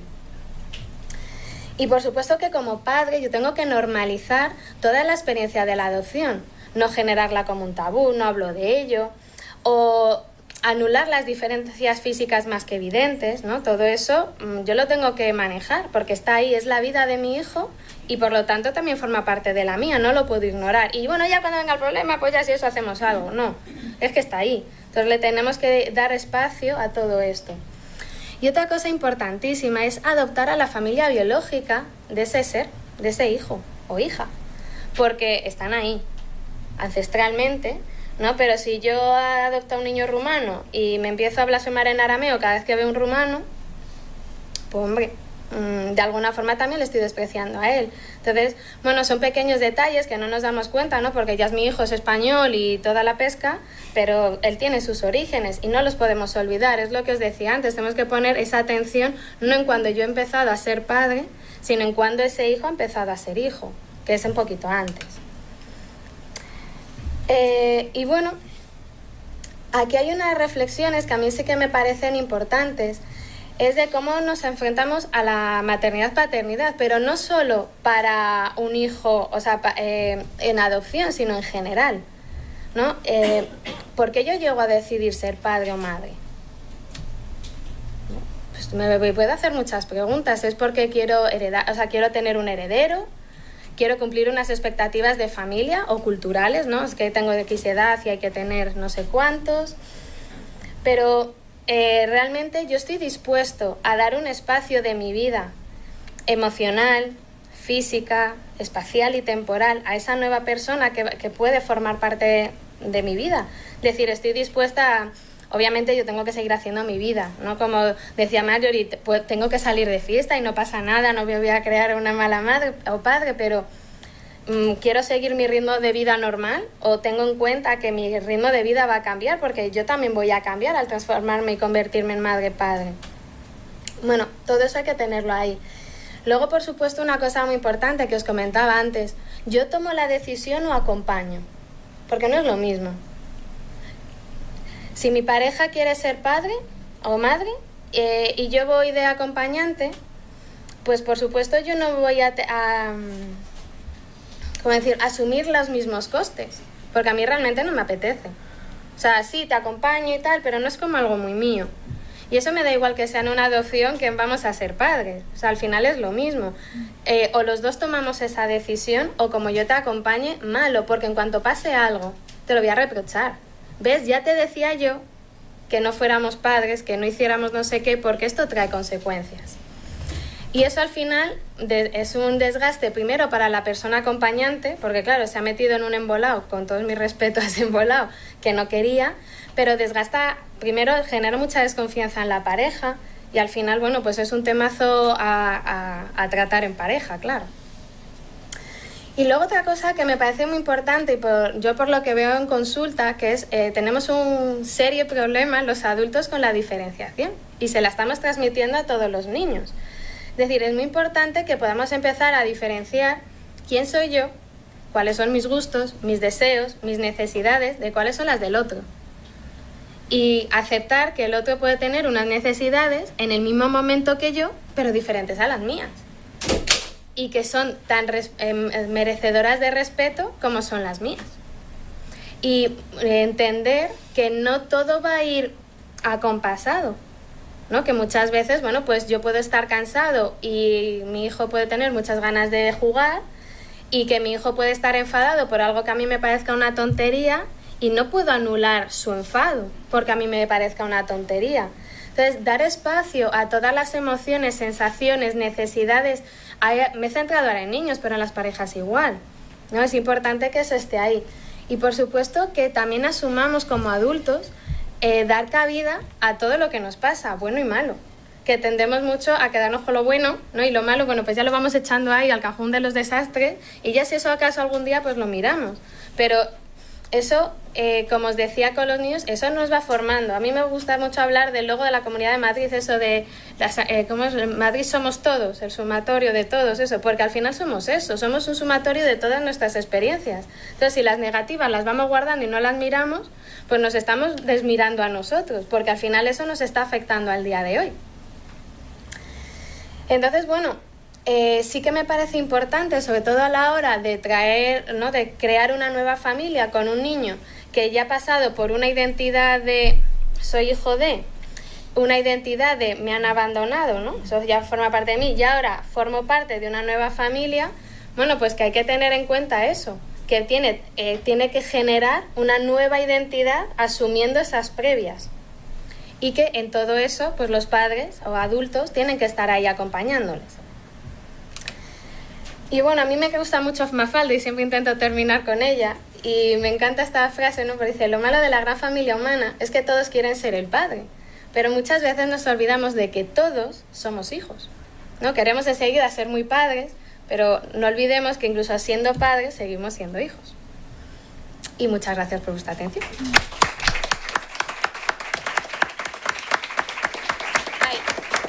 Os he puesto aquí, bueno, una bibliografía muy resumida, ¿vale? Que toca un poquito todo, tanto de adopción como de padres y neurobiología y demás. Bueno, en primer lugar, muchísimas gracias a los tres ponentes. Me ha parecido muy interesante la exposición.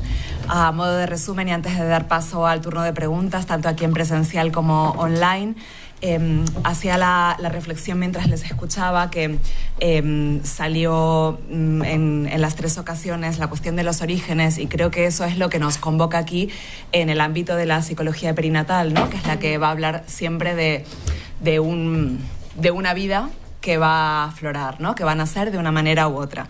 Por otra parte, pensar estas especificidades en el acceso a la maternidad y a la paternidad, y también en el acceso a la vida de estos hijos, nos sirve para pensar en las similitudes que hay respecto a las maternidades y paternidades biológicas, ¿no? Veíamos que tal vez no hay tantas diferencias, o que las diferencias no tienen que ver tanto con nuestros prejuicios o nuestras ideologías, sino aquí en el ámbito de la psicología y en el ámbito que nos convoca, lo que nos importa saber, y este sería el tercer punto, es qué rol tenemos, qué lugar y en qué momentos debemos acompañar, intervenir, evaluar, ¿no? Que tenemos algo que decir ahí desde nuestra ciencia, ¿no? Desde nuestro saber, que consiste básicamente en escuchar el saber de nuestros pacientes, como decía Marjorie, que me gustó muchísimo. Así que bueno, con este resumen paso al turno de preguntas y yo creo que podemos abrir pues un buen diálogo y un interesante debate. Tenemos un micrófono por ahí, no sé si hay preguntas por ahí. Por ahí hay dos. Hola. Bueno, gracias por la conferencia, me ha gustado mucho y tengo un par de preguntas. La primera era para ti, David. Has dicho en un momento que la gestante como madre tiene que haber pasado por el proceso de haber sido madre antes, de haber dado a luz y demás. ¿Por qué? No sé, me ha resultado curioso. Sí. Bueno, porque para que una mujer tenga claro lo que es el embarazo, un parto, lo que implica la maternidad, ¿vale? Para una mujer poder tener claro que es capaz de gestar el hijo de otras personas, ¿vale? Para tener claro que es capaz de poder separarse de ese niño, se entiende que tiene que haber vivido la experiencia. Cuando tú vives una experiencia sabes a lo que te enfrentas. Si la experiencia está por vivir, puedes pensar que te enfrentas a algo que luego no es real. Entonces, bueno, quizás este es el motivo por el que se exige como requisito que haya pasado por la experiencia del embarazo y del parto y que tenga hijos propios. Para que no se pueda vincular con ese niño y tenga claro... Para que no se pueda vincular, no. Mira, a mí me gusta decir que bueno, psicología no es una ciencia exacta, eso ya lo sabemos todos. Entonces, hacer una evaluación del tipo que sea a cualquier persona no es infalible. O sea, tú intentas tener la certeza pero al final todo viene un poco encuadrado por las circunstancias personales de cada uno, ¿vale? Entonces, una mujer que no ha pasado por esa experiencia, que no tiene claro en qué consiste un embarazo, un parto, que no tiene muy claro, que no se ha vinculado, que no ha generado un vínculo, que no tiene hijos, tiene más difícil tener claro si realmente puede separarse de ese niño cuando nazca, ¿vale? Da igual, quiero decir, una mujer puede haber sido madre, puede haber tenido a su hijo, puede haber pasado por el embarazo y por el parto, le podemos hacer 3 millones de evaluaciones psicológicas y luego puede ocurrir, pues oye, que le cambie la vida, le vengan unas circunstancias nuevas y tal, pero bueno, los requisitos son los que son para evitar, en la medida de lo posible, ¿vale?, problemas a posteriori. Ahora, ¿que estamos a salvo al 100% de esos problemas? Pues no, nunca, pero ni en gestación subrogada ni en nada. O sea, entonces se trata de poner unos requisitos para tener las mayores garantías posibles, pero al 100% no las vamos a tener nunca. Claro, con esto decías también que es importante que haya una relación o que pueda haber una relación entre los niños y esa madre gestante. A ver, entonces, ahí no me está cuadrando esto mucho. Vale. Sí, la gestante es una persona importante en la vida del niño y de la familia, no solo del niño. O sea, yo considero que una gestante es alguien que ha hecho algo muy grande por esa familia, ¿vale? Entonces, les ha hecho un favor muy grande. Entonces, él tiene que tener ese derecho, ¿vale? tiene que tener ese derecho. ¿Por qué? Pues porque es alguien que ha participado en su vida. O sea, a nadie se le ocurriría ocultarle a un niño en qué hospital nació o qué médico le ayudará a la luz. Y si luego el niño quiere ir a buscar al médico para conocerle y tal, pues adelante, que vaya. Quiero decir, ¿sabes? Pues lo mismo es, según mi visión, lo mismo en este caso. O sea, tú no puedes ocultar al niño a alguien que ha tenido un papel tan importante en cómo él ha venido al mundo. Otra cosa es que, pasado el proceso, entre esa familia y la gestante haya habido ese feeling, ese buen rollo o ese equilibrio en el que se establece una relación más allá del tiempo que dure el proceso. Esto, hay familias en las que ahora son íntimos y van y vienen y viajan y se van de vacaciones juntos, y otros que se escriben en Navidades o 2 veces al año, y otros que no se vuelven a hablar nunca. Pero es que esto entra dentro de las relaciones humanas. O sea, tú vives en un edificio y con el del quinto te llevas fenomenal porque sí, y con el del cuarto, que un día te salvó la vida porque te iba a pillar un coche, pues no te hablas porque no tenéis nada en común. Pues es que eso al final va a depender mucho de las afinidades que existan entre la familia y la gestante. Pero claro, yo creo que el niño tiene que tener derecho a saber cómo ha venido al mundo. Pues te digo que esto es una visión personal mía, o sea, es una manera de pensar personal mía, ¿sabes? Como en infertilidad yo creo que los niños tendrían que tener derecho a saber quiénes han sido sus donantes, o por lo menos la ley tendría que dar la posibilidad de que hubiera donantes conocidos y anónimos, pero bueno, que hubiera también conocidos, ¿sabes? Y sin embargo en España la ley es anónima y ningún niño jamás podrá conocer quién es su donante. Porque al final esto lo que enmascara es un temor de los padres. Y lo que enmascara son prejuicios en el sentido de que un donante es un donante, no es un padre. Es lo que hablábamos. O sea, un padre ejerce una función paterna y una madre ejerce una función, o un padre ejerce una función materna, como sea. Quiero decir, pero un donante es un donante. Pero nosotros estamos muy vinculados a la biología y entonces le damos un papel muy importante. Cuando todo esto sea mucho más habitual y la gente tenga mucho más elaborado todo esto, se acabará ese temor a que los niños conozcan de dónde vienen, si no es otra cosa. Gracias. Sí. Si me permitís, claro, quería hacer un pequeño aporte a tu pregunta, y escuchando un poco la respuesta de David, creo que una de las cosas también interesantes de este debate que surge, ¿no?, a raíz de estas ponencias es la importancia para nosotros como psicólogos de tener clara la distinción entre la legalidad, lo que nosotros desde la psicología pensamos que es lo mejor, lo esperable, y luego la realidad de las familias y la realidad de la singularidad, en donde en las familias siempre hay tabúes, claro, secretos, mentiras, cosas que no se dicen, y con eso tenemos que contar, ¿no? Y ser muy cuidadosos en poder distinguir cada una de estos tres ámbitos y conocerlos, ¿no?, para poderlos manejar. Es que a veces, como decía, a veces lo ideal no es lo que se puede hacer, ¿sabes? Entonces, la ley dice lo que dice y de ahí no nos podemos salir ninguno. Y luego también, claro, no puedes sustraer a la familia de su entorno social. O sea, tú, en infertilidad, pues cuando viene una familia a asesorarse en donación de gametos, claro, pues que no es lo mismo una familia que tiene una concepción de la donación muy abierta, que tiene pocos prejuicios, que tiene unas creencias religiosas mínimas, que una familia con un fuerte arraigo religioso, con un entorno muy hostil hacia esto y tal. Pues claro, pues esa familia, si te dice ¿qué hago? ¿Se lo cuento a mi familia? Pues mira, es que esto yo no te puedo decir. Tú sabrás, pero quizás que se lo cuente es peor que lo oculte, porque al final va a tener que seguir viviendo con el resto de su entorno, no se va a poder sustraer de él, ¿sabes? Y la segunda pregunta era para Isabel. Decías antes, cuando en la adopción todos los niños vienen con una familia con algo traumático previo, quiero decir. Simplemente la herida del abandono ya es. Perdona. Sí, ya la herida del abandono ya es un trauma. Sea bebé o sea bebé tenga un año de un segundo, o sea, sale del canal vaginal y se lo lleva a la doctora, eso ya es un trauma.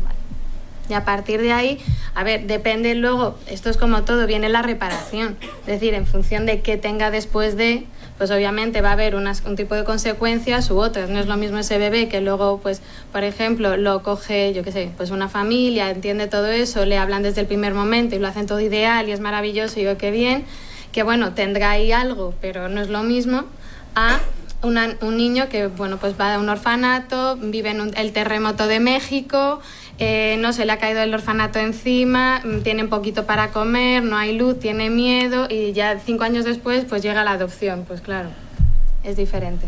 Gracias. Nada. Hola, mi pregunta es para Marjorie. Decía David que a los padres se les hace una valoración, pero en ningún caso de idoneidad. Y he entendido que lo que vosotros hacéis es talleres para no quedaros con lo que la ley dice de el test que hay que aplicar a los padres para ver si son aptos o no. Sí. ¿Me puedes explicar esto? Sí, yo la parte de la valoración, la verdad que no he trabajado en ella, o sea, no soy la psicóloga de la clínica de fertilidad. Lo que he escuchado es que necesitan un informe, sobre todo para descartar trastorno mental grave. Me imagino que es como una valoración de... No sé si es de idoneidad, la verdad que no lo sé si no. es de idoneidad, a lo mejor tú... Que por ley haya que hacer una valoración a los padres que van a acceder a No, está hablando de donantes. A los donantes sí. Hay que hacerles una evaluación Pero sí creo que también le hacen una valoración a las mujeres. ¿A las mujeres o a la familia? La ley no lo exige. Otra cosa es que haya alguna clínica que quiera hacer esta evaluación adicional. Date cuenta que en infertilidad, o sea, no se trata, no vas a hacer selección natural, no vas a decidir quién puede o quién no puede ser padre. O sea, en el mundo natural, ¿quién puede ser padre? Todo el mundo. Tengas una psicopatología o no la tengas, o ocurra lo que ocurra. Entonces, en infertilidad te tienes que intentar simular lo máximo posible el mundo, la vida, cómo se relaciona la gente, ¿vale? Aún así, no lo consiguen. Hay muchas cosas, ¿vale?, en las que no llevan a cabo esto, pero bueno, la ley está ahí, la ley no exige esa evaluación a los padres. Sí a los donantes. Sí que es verdad que las clínicas cada vez son más partidarias, en caso de ovodonación, ¿vale?, que las familias pasen por el psicólogo para ver que tienen elaborado el duelo de la infertilidad y que son capaces de entender al hijo como propio. Porque sí que está ocurriendo que familias que han recurrido a ovodonación, sobre todo, ocurren familias que la pareja se lleva bien, pero cuando hay conflicto, separaciones a posteriori y tal, sí que hay mucho de si no es tu hijo, por parte del progenitor que no ha aportado el material genético, un poco como arma arrojadiza en ese conflicto.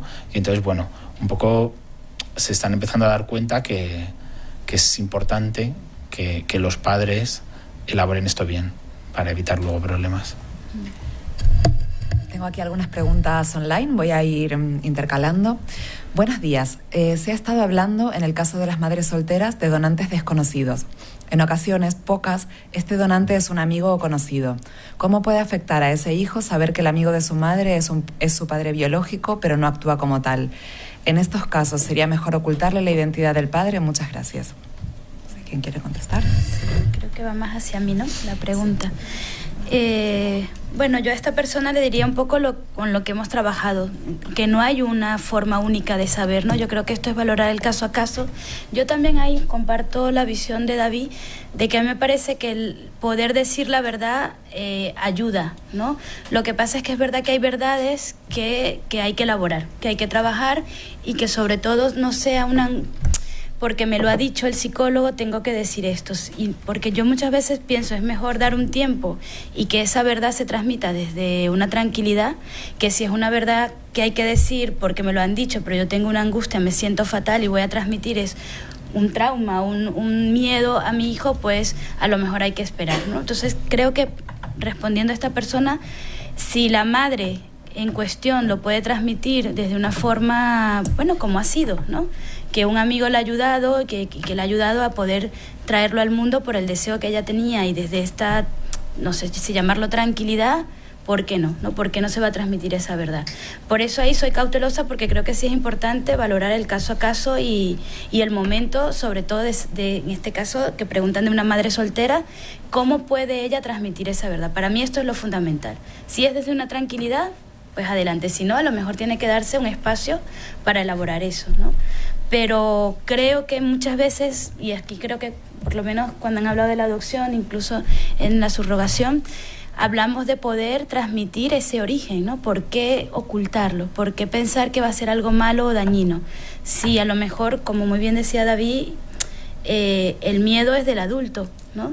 Si nosotros no transmitimos ese trauma o esa angustia, el niño lo va a vivir como algo más, ¿no? Entonces creo que ahí sobre todo hay que pensarlo del lado de los adultos, de cómo se lo cuentan ellos y de dónde se lo están contando para poder transmitirlo al hijo, ¿no?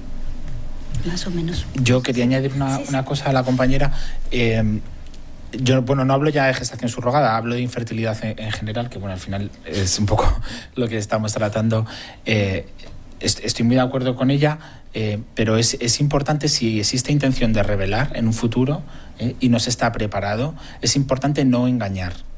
O sea, utilizar frases de, pues cuando crezcas un poco te lo contaré, ahora mismo no lo vas a entender, déjame que lo piense y en un tiempo te lo explico, pero no contar una mentira para luego tener que volver atrás y contar una verdad. Esto. A mí me gustaría también añadir algo por el tema de la identidad. Es decir, aunque ese niño, en el caso que nos proponen, ¿no? Va a ser de la madre X, pero claro, la identidad no es solo algo emocional o psicológico, es que también hay una identidad física. Es decir, no podemos olvidar que hay unos genes. Y tenemos muchos ejemplos de famosos que padre dice no es mi hijo y es el clon. Es decir, entonces eso pasa, porque la biología pues es así, ¿no? Entonces, y esa identidad también hay que elaborarla. Entonces, por supuesto, un poco como para integrar las dos opciones. Es decir, me parece básico que una mujer, o en este caso, ¿no? Me quedo en este ejemplo, tenga la seguridad de qué cuenta, cómo lo cuenta y hasta dónde cuenta, pero teniendo en cuenta que ese niño va a tener que elaborar su identidad, porque si no se va a quedar cojo, va a ser una pata coja de su estructura de personalidad, porque la tiene que elaborar. ¿De dónde vengo, no? ¿A quién me parezco? Y maldita la coincidencia de que siempre veo a un tío que es que cada vez me parezco más a él. Y a lo mejor no solo físico, ¿no? Entonces, o sea, lo hago un poco en plan broma, pero es que eso está ahí, ¿no? Entonces sí que es importante, bueno, tener en cuenta que no solo es contar un origen y que parece que eso ya pasó, ¿no? Ya te lo he revelado y ya, sino que eso es el constructo de mi identidad, de quién soy yo. Entonces, obviamente hay que adaptarlo. Si yo no me siento preparado, pues efectivamente, bueno, pues es una conversación que tendremos un poquito más adelante, porque yo ahora no te lo puedo contar, pero que sí que es importante tenerlo en cuenta no solo desde la parte del padre, sino también de cuánto le implica a un hijo. Había una pregunta aquí.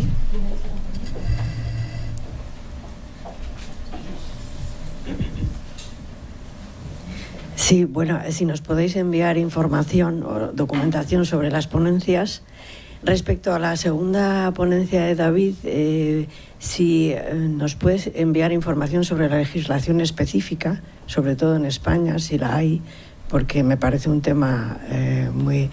Y sobre la tercera, pues me preguntaba que si al niño que se va a adoptar, que ya tiene un equipaje, ¿no? Incluso de cuestiones de objetos, materiales, si en realidad, claro, se le tiene que trabajar respecto a lo que va a vivir, a lo que se le va a enfrentar.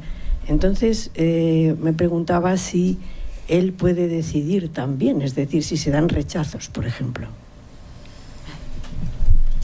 Yo no conozco, y no conozco tal preparación.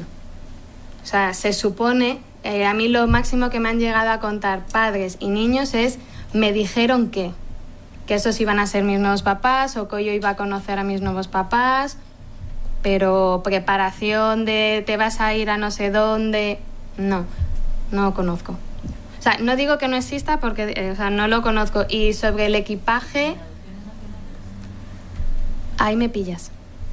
La verdad es que, pero tampoco, o sea, no te sé decir ahora mismo. Y sobre equipaje, el justito.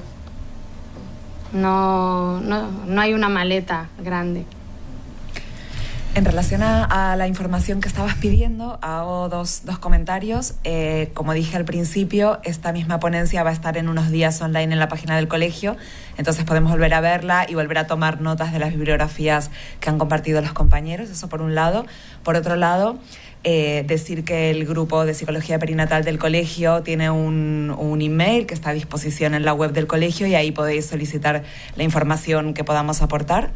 Y no sé si habéis puesto vosotros vuestros emails al final de la ponencia, también los tendréis para poder pedir alguna documentación específica y veremos si podemos responder, ¿vale? Yo no soy jurista, entonces bueno, pero bueno, algo te puedo contar.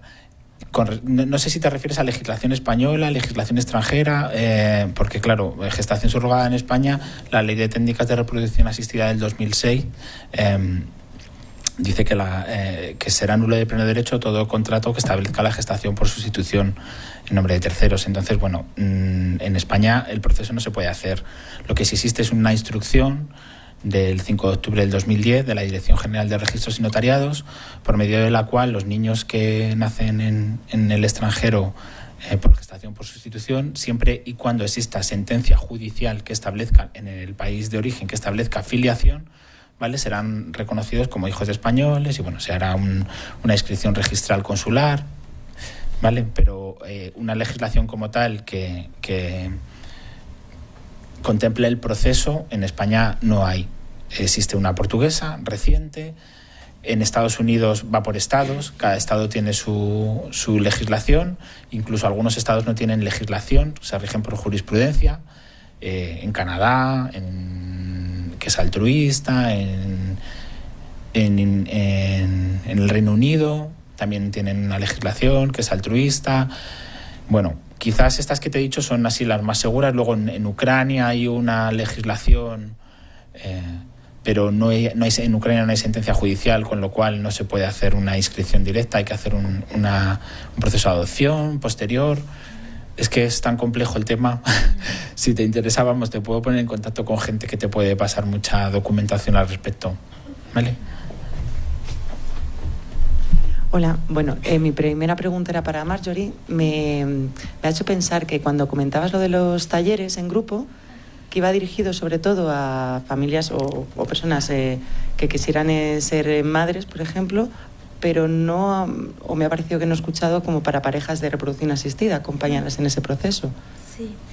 Es verdad que por tiempo no pude hablar de la parte de la ovodonación y es cierto que a partir de como esta experiencia se han abierto otros talleres, ¿no? Ya se está trabajando con los padres, cosa que han pedido que sea como o sea, no se les da un espacio de pareja, pero ellos han pedido tener un espacio para ellos para poder pensarse su ser padre sin tener a su pareja al lado. Que eso también hace, bueno, que los grupos van variando y se van creando, no es una cosa que tenemos fija, sino que también va un poco a partir de lo que escuchamos, se va solicitando y se va haciendo el espacio. Y es cierto que las parejas, vamos a decir, de reproducción asistida, heterosexuales, pues fíjate, no lo solicitan tanto, no hay tanta demanda. A lo mejor hay más solicitud de una entrevista, de ir al psicólogo para poder pensarse, pero por lo menos en nuestra experiencia, no digo que en otros lados se pueda crear, no hay como una demanda de grupo para poder trabajarlo. Pero sí se ha creado de pareja, sobre todo para la ovodonación, que decía, como muy bien decía David, dar un espacio a esa parte del duelo a la filiación genética, ¿no? Que al final, al utilizar un donante de óvulo y a veces también del semen, pues la pareja requiere pensarse, ¿no? Si... Claro, me preguntaba eso, si para parejas, o sea, lo típico, ¿no? Parejas infértiles que hacen un proceso de reproducción asistida, si se les ofrecía como ese proceso, aunque no haya donación, de ese acompañamiento, como algo estándar, ¿no? Sí, suelen pedirlo sobre todo cuando hay muchos fallos, o sea, cuando es un proceso largo de muchos abortos espontáneos, donde aparece la necesidad de poder tener un espacio también para poder pensar todo esto. Pero bueno, sí, está allí, es una cosa que se puede hacer solo que yo no he tenido la oportunidad de hacerlo. Y para David quería preguntar, bueno, ya la compañera ha ido iniciando un poco, me preguntaba sobre el arrepentimiento, si había casos de repente de estar gestando y luego, pues mira, ¿cómo pasa eso con la ley, con la ley extranjera? ¿O qué ocurre ahí? Imagino que sí. Yo sé de un caso. En la prensa salió un caso de una mujer que decía haberse arrepentido, pero claro, era un caso un poco sospechoso. Era la tercera vez que lo hacía. Parece que está con un grupo de ultraderecha americano por el mundo viajando, como dando conferencias y que cobra de esta gente. Bueno, en fin. Así un arrepentimiento que digas, oye, esta técnica hay que dejar de hacerla porque muchas mujeres se arrepienten y tal, no. O sea, yo creo que la mayor parte de las gestantes que yo he conocido y de las familias con las que he podido tratar, no conozco ninguno de arrepentimiento, ¿vale? Al final es un proceso biológico y médico y ocurren cosas, y si he conocido casos pues que los niños se han muerto, se han muerto, entiéndeme, ha habido un parto prematuro a las 20 semanas y los bebés han fallecido, y pues eso es un palo muy gordo para los padres y para la gestante, y es algo que es pues difícil de sobrellevar para todos, ¿sabes? Pero dentro de, y me imagino pues que no sé si alguna gestante a lo largo de estos 30 años que haya fallecido en el parto, pues me imagino que también habrá, pues me imagino que ha pasado de todo, ¿sabes? De todo lo que pueda pasar en cualquier embarazo de cualquier mujer. Por eso digo que es un proceso que tiene que estar muy, muy, muy, muy protegido, muy protegido, porque ocurren cosas y todo eso tiene que estar contemplado en los acuerdos. Claro, me preguntaba también eso, hasta qué punto, cuántas FIV se podían llegar a hacer, si hay aborto y hasta qué punto se continúa el proceso de gestación. Al final eso lo determinan los médicos y la voluntad de la gestante. O sea, la gestante en cualquier momento puede decir, no continúo, lo dejo. En cualquier momento. O sea, imagínate a los 38 semanas. A las 38 semanas no. La gestante en cualquier momento, dentro de los plazos que establece la ley para la interrupción voluntaria del embarazo, puede dejar... Me refiero a las 38 semanas decir, no quiero seguir con el proceso. Hombre, si está embarazada ya de 38 semanas... No, me refiero de no dar el hijo. No. A eso me refiero, que cómo están las pautas. No, precisamente para eso está la ley, o sea, y los acuerdos, ¿vale? Porque todo el mundo habla de contratos, pero no son contratos, son acuerdos. Si la gestante podría ir a los tribunales, pero le van a decir que en Estados Unidos le van a decir que no. La legislación ya en Estados Unidos a este respecto es muy sólida, ¿vale? Ya ha habido algún caso de estos, sobre todo en los años 90. Hay dos casos muy famosos, uno que es Buzanca contra Buzanca y el otro, no me acuerdo ahora. Y entonces los tribunales no le dieron la razón, ¿sabes?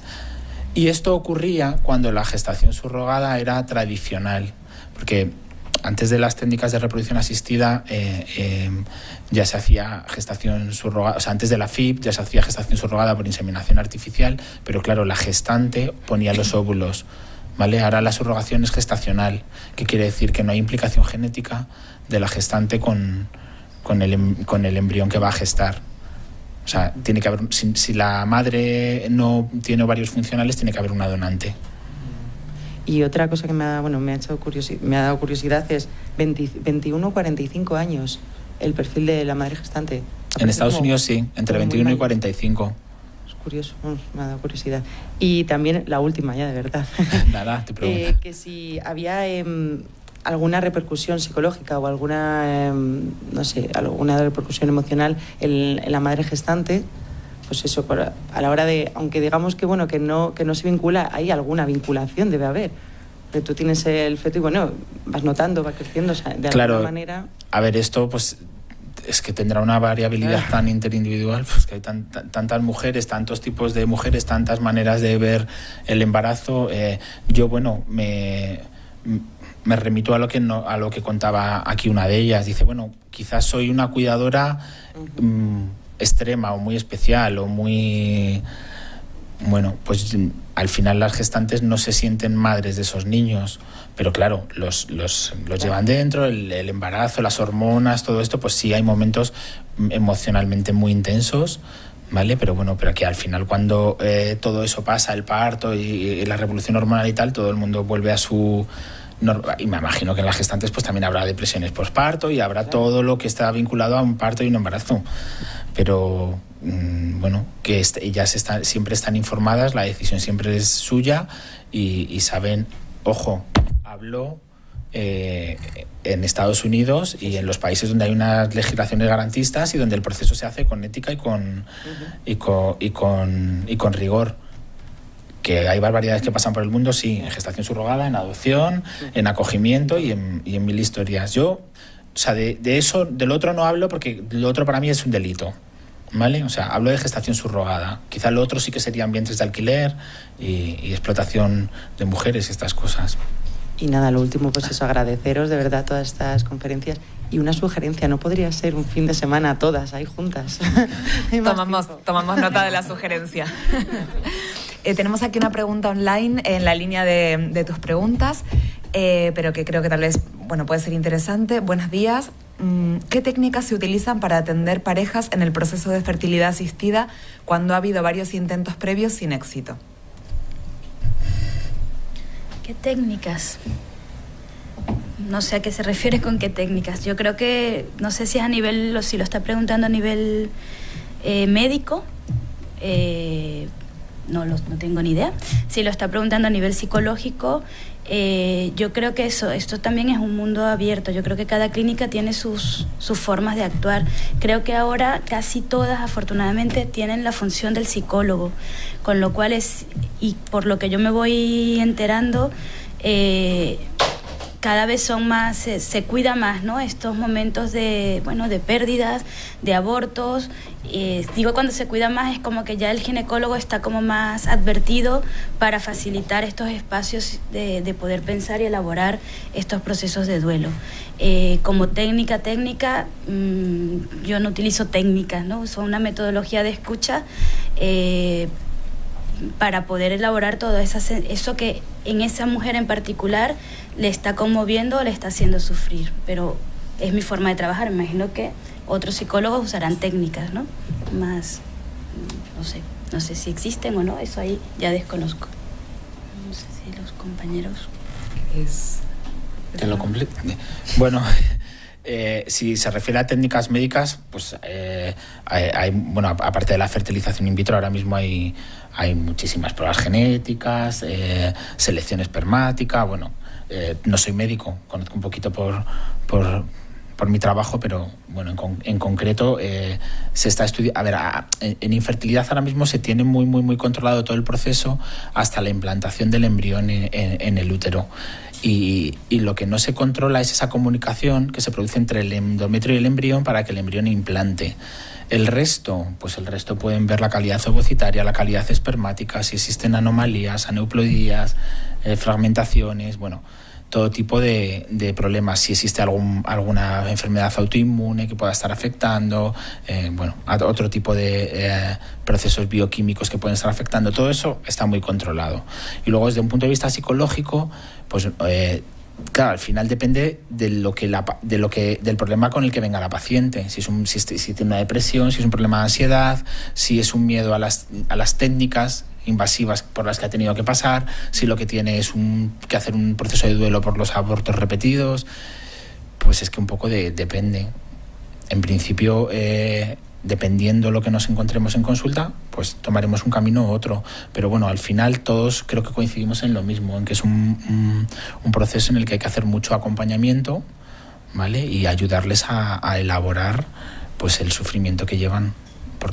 Porque a veces es muy, muy grande. Ya no solo el sufrimiento físico, el sufrimiento emocional, sino muchas veces el sufrimiento a no poder tener hijos, y a veces hay que ayudar a los pacientes a despedirse de la paternidad o de la maternidad y elaborar un duelo sobre esto. O sea, porque al final su camino ha sido tan largo, no ha dado resultado y se ha acabado su historia reproductiva.